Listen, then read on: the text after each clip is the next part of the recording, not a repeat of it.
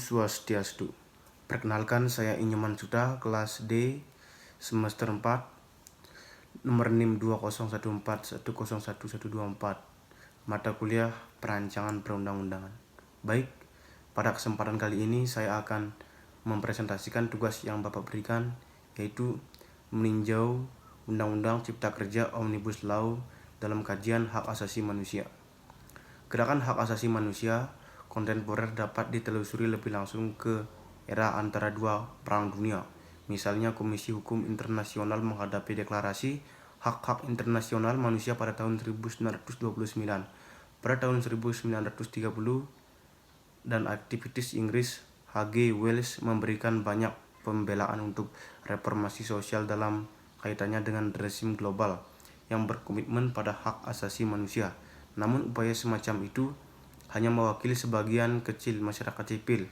Pada musim gugur 1948, setelah hampir 1,5 tahun bekerja, komisi telah menyelesaikan pernyataan singkat tentang prinsip-prinsip yang diadopsi sebagai Deklarasi Universal Hak Asasi Manusia oleh Majelis Umum PBB pada tahun 10 Desember 1948. Demikian dirayakan secara global sebagai hak asasi manusia. Pemungutan suara itu 48 mendukung, tidak ada yang menentang. Deklarasi Universal Hak Asasi Manusia tidak dengan sendirinya mengikat secara hukum. Ini menggambarkan dirinya sebagai standar umum pencapaian untuk semua orang dan semua bangsa. Dengan demikian, Komisi segera bergerak untuk merancang sebuah perjanjian untuk memberikan kekuatan hukum internasional yang mengikat norma-norma hak asasi manusia internasional. Adopsi pada tahun 1963, deklarasi tentang penghapusan segala bentuk diskriminalisasi razia diikuti dengan cepat oleh konvensi yang mengikat secara hukum 2 tahun kemudian, menunjukkan penegakan baru pada penetapan standar hak asasi manusia. Koalisi negara-negara dunia ketiga dan barat dengan dukungan blok service mendorong proses penyusunan sampai selesai pada bulan Desember 1966.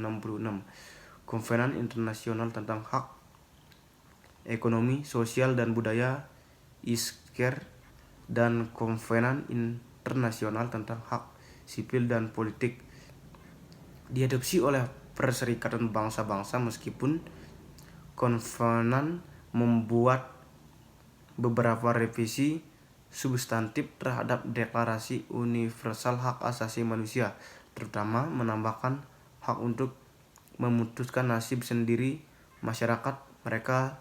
Sebagian besar menegaskan kembali meninjau dari Undang-Undang Cipta Kerja atau Omnibus Law merubah hak tenaga kerja sebagai berikut. A. Draft RUU Cipta Kerja aturan 5 hari kerja itu dihapus sehingga berbunyi istirahat mingguan 1 untuk 6 hari kerja dalam 1 minggu.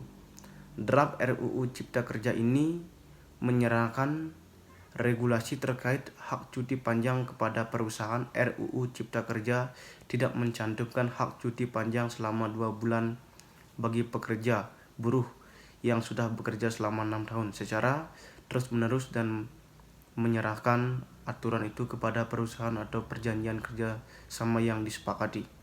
C.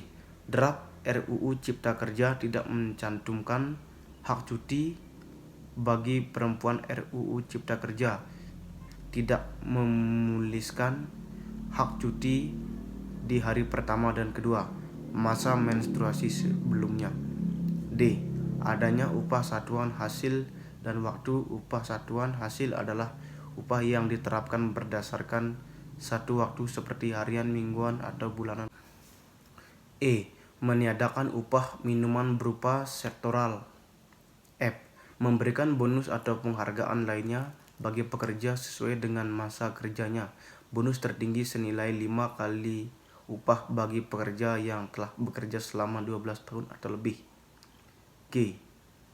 Upah minimum tahun berjalan pertumbuhan ekonomi atau tidak ada inflasi tapi menjadi pertumbuhan ekonomi daerah. H.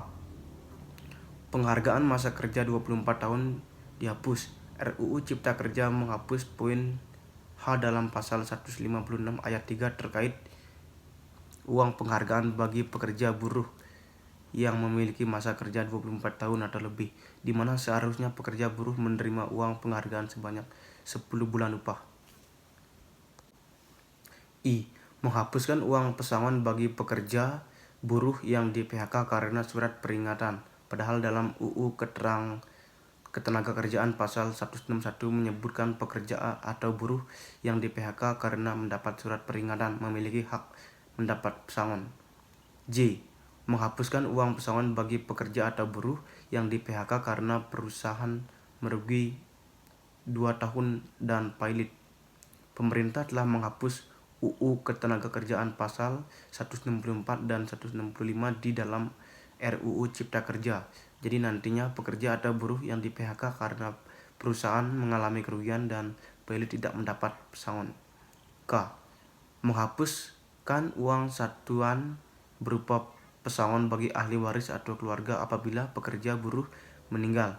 Draft UU Cipta Kerja juga telah menghapus pemberian uang satuan berupa pesangon, hak uang penghargaan masa kerja dan uang penggantian hak bagi ahli waris yang ditinggalkan. I.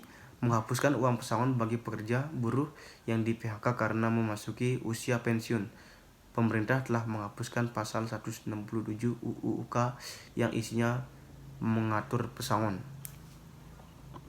Mengikutsertakan pekerja atau buruh dalam program jaminan pensiun dengan menghapus pasal 184 UU Ketenagakerjaan yang menyatakan barang siapa melanggar ketentuan sebagai dimaksud dalam pasal 177 ayat 5 dikenakan sanksi pidana penjara paling singkat 1 tahun dan paling lama 5 tahun dan denda paling sedikit Rp 100 juta rupiah, paling banyak 500 juta rupiah. N. Menghapus pasal 59 UUK yang mengatur tentang syarat pekerja waktu tertentu atau pekerja kontrak. Dengan penghapusan pasal ini maka tidak ada batasan aturan seseorang pekerja bisa dikontrak akibat bisa saja pekerja tersebut menjadi pekerja.